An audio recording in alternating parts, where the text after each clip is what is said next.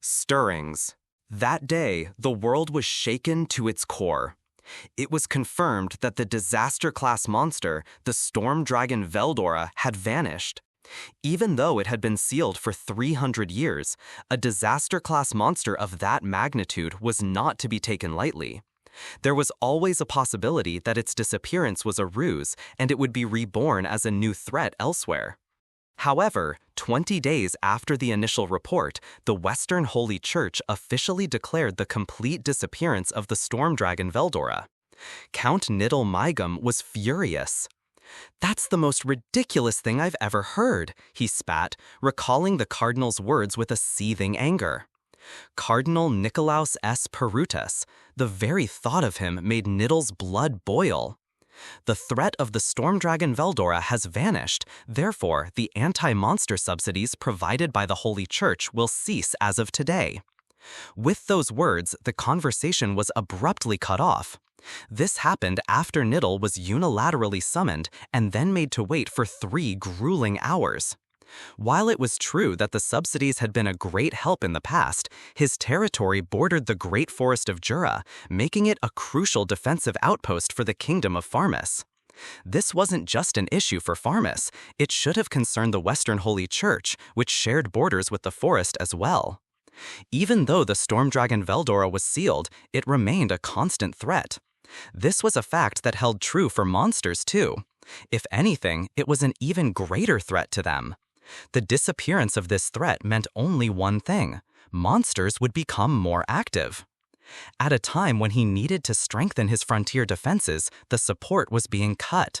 This was the source of Count Niddle's outrage. The Western Holy Church might have had their reasons, but they meant nothing to Niddle. How should I protect my territory from now on? Hiring mercenaries would cost a fortune. The adventurers from the Freedom Association couldn't be relied on in a pinch. And the church, his last resort, had already turned him away. His final hope was the kingdom, but as Niddle thought of the king's face, he fell into despair. Even when the storm dragon Veldora was still a threat, the kingdom had offered no support. Now that the threat was gone, the king would likely assume that the defense budget was just a surplus. He might even impose a higher tax. The thought made Niddle grimace. Sitting in his carriage on the way back to his territory, he racked his brain for solutions. With his mind consumed by the monster threat, he had no room to consider any other dangers. Niddle wasn't the only one burdened with worries. The Kingdom of Farmus was a mid-sized nation. This meant that any major crisis could likely be contained at the frontier. As a result, the kingdom as a whole had a low sense of urgency. Just as Niddle had predicted, some ministers were already thinking about how to repurpose these surplus defense funds. However, other smaller nations bordering the Great Forest of Jura were in a different situation entirely. With nowhere to turn, they had to devise their own countermeasures. Kings and ministers from these nations held emergency meetings day after day to strategize and gather information. Baron Bariato, a minister in the small nation of Blumund, was one such individual. "I've called you here for one reason. I trust you've heard about the storm dragon matter." Maintaining a tone that suggested the answer was obvious, Baron Bariato questioned the man who had just entered the room. The man was short, but had a wary look in his eyes that suggested he was not to be trifled with. "Of course, Baron." The man's affirmative response was brief, and his voice was low and hoarse. I suppose I should say as expected of the guildmaster, then." Bariato snorted and continued, his words tinged with disdain. "So, tell me, what countermeasures is the guild planning?" "Frankly, we have no plans to do anything in particular." "What? I don't think I heard you correctly. You're saying you have no plans for countermeasures?" "That's correct. We don't see a need for them." The man, who was referred to as the guildmaster, responded matter-of-factly, as if he couldn't understand why Baron Bariato was so angry. Though the Baron was clearly annoyed by this attitude, he tried his best to hide it. That effort, however, was far from successful. "No need, what a strange thing to say. The disappearance of the storm dragon Veldora is expected to lead to increased monster activity. And you're telling me you won't take any measures?" "You are being quite unreasonable, sir. It is the nation's job to implement countermeasures. We are the Freedom Association, not a charity." This was a fact. The Freedom Association was an organization that operated outside the boundaries of any single nation. Unlike craftsmen who were employed by a specific country, its members didn't have a guaranteed livelihood.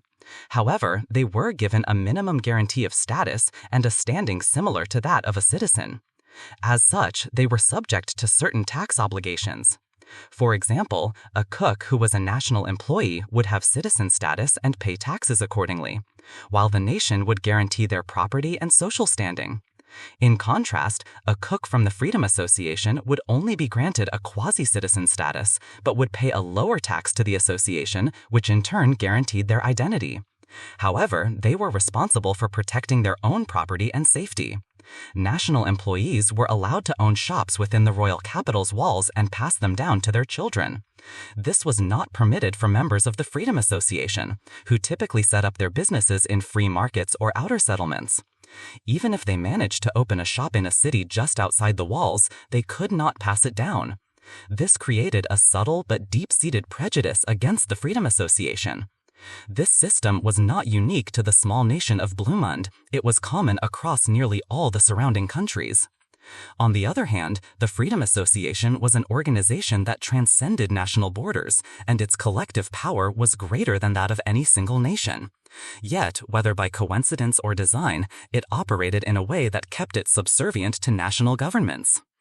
It's the nation's fundamental duty to protect its citizens, isn't it? Likewise, we as an association protect our members. It seems we're both in a difficult position. A vein throbbed on Baron Bariato's forehead as he listened to the guildmaster's disingenuous words. He realized he was being completely taken advantage of. Enough with the pleasantries. How many mercenaries can the Freedom Association provide? How many skilled adventurers? How many can you allocate to the defense of this city? The guildmaster sighed in exasperation. I want to make something clear. We are not a volunteer organization. If a mobilization order is issued based on the agreement between the nation and the Freedom Association, we will mobilize 10% of our members. Any numbers beyond that will depend on the compensation. The Kingdom of Blumund had a population of 1 million, with about 7,000 members in the local association, not including their families. According to the agreement, if a national mobilization order was issued, 10% of the local association's members, around 700 people in this case, would be placed under the nation's command. This applied only to members within the nation's borders, which is why each member's nationality was clearly specified despite the association's cross-border nature. Furthermore, during the period of mobilization, which was determined by the nation, their taxes would be reduced by 20%. This was a mechanism that prevented the agreement from being abused, as it would impact tax revenue. Of course, this was a necessary stipulation, as the association would have to cover the wages of the mobilized members. Forcing a total mobilization would also be impossible, as half the members were non-combatants. The kingdom was well aware of this and would typically avoid such drastic measures, but this was no ordinary situation. While the increased monster activity was a major concern, it wasn't the real reason. Stop, Fuse. Are you going to make me say it outright? The guildmaster, or Fuse, was slightly surprised to hear his name spoken. For the first time, he looked squarely at Baron Bariato's face. The location where the storm dragon Veldora was sealed was an impassable region. The fact that a direct route is now open means that the Eastern Empire might start to make a move. Exactly! For whatever reason, be it out of respect for Veldora or fear of the seal being broken, the Empire, which has been quiet until now, is showing signs of movement. You understand what this means, don't you? If they can get through that forest, this kingdom will be swallowed up in an instant. The Western Holy Church can't be relied upon. The nations around the Great Forest of Jura, with no one to unite them, will be put under the Empire's control in no time. The Church won't move, will they? That makes sense. They're not interested in human conflicts. Their doctrine is to exterminate monsters. Exactly. If just one holy knight were to take action, the Empire wouldn't be so reckless. Even if the monster threat is gone, it would buy us some time. That's likely impossible. To the Church, it doesn't matter if a nation collapses because it won't affect them personally. They don't help everyone who believes in them. Fuse looked at Baron Briato and thought, he looks worn out. It was understandable, but the Baron appeared to have aged drastically in just a few days. The two were actually childhood friends. Since it was politically inconvenient for a noble to be publicly close to someone from the Freedom Association, they had to pretend to be on bad terms. They both knew that this small nation couldn't weather this crisis. However, it was also possible they were worrying for nothing. The Empire was showing signs of movement, but it wasn't a certainty that they would attack. If it was just monsters, they could still find a way to deal with it. The Empire hasn't decided to move yet, right? In any case, I'll personally conduct an investigation. Don't expect too much, but I'll look into the current state of the Great Forest of Jura and the Empire's movements. Thank you. I'm counting on you. The two men nodded to each other and parted ways. There was a mountain of work to be done. Cardinal Nicolaus S. Perudas watched Count Nicole Mygem depart and allowed a thin smile to form on his lips. You leech. He muttered the words with a look of faint benevolence.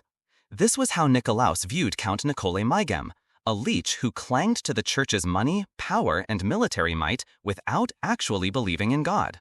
This wasn't just his personal opinion. All those who belonged to the church felt the same way. If you believe in God, you should pledge allegiance to the Holy Empire of Ruberian and become a follower. The Western Holy Church was the state religion of the empire, a group with only the Pope as its sacred and inviolable leader. The Holy Empire of Ruberian was the headquarters of the Western Holy Church, and its citizens were all believers.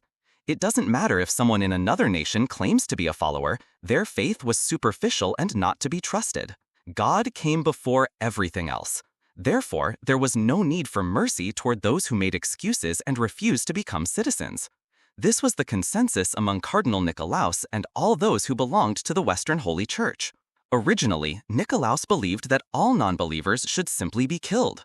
But a person who had come from another world, Hinata Sakaguchi, had laughed at his idea and made him reconsider. It's a waste of energy to try and break the will of those who worship other gods. Instead, just offer a helping hand and allow them to accept it. That way is more certain. We should make ourselves out to be a righteous group that protects people from monsters. After all, wars in this world will never end. When people are in trouble, that's when we should offer our help. Monsters are a common enemy to humanity, but humans aren't. There's no need to intentionally provoke hatred. People are foolish, so if you help them when they're in trouble, they'll believe in you right away. That, after all, is the very purpose of religion. Hinata was a thorough pragmatist. Though she herself was an atheist, she didn't deny religion. She simply used it to her advantage. Even to Nicolaus, her methods were cold and calculating. All we have to do is wait. Wait for the other nations to lose their power. To do that, we should sell our goodwill. When she had whispered this into his ear, her cold gaze made him tremble. Was it from elation or fear? He wasn't sure. Nicolaus had followed her advice. Thanks to her, the church's position had changed dramatically over the last 10 years.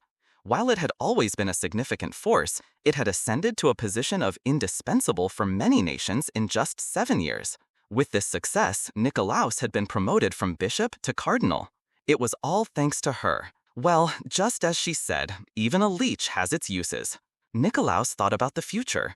It was uncertain whether the empire would move, but monster activity would definitely increase. It was sure to be a busy time. He wondered how she would handle the situation. Perhaps it was time to contact her again, Hinata Sakaguchi, the current chief knight of the Papal Imperial Guard and the leader of the Holy Knights.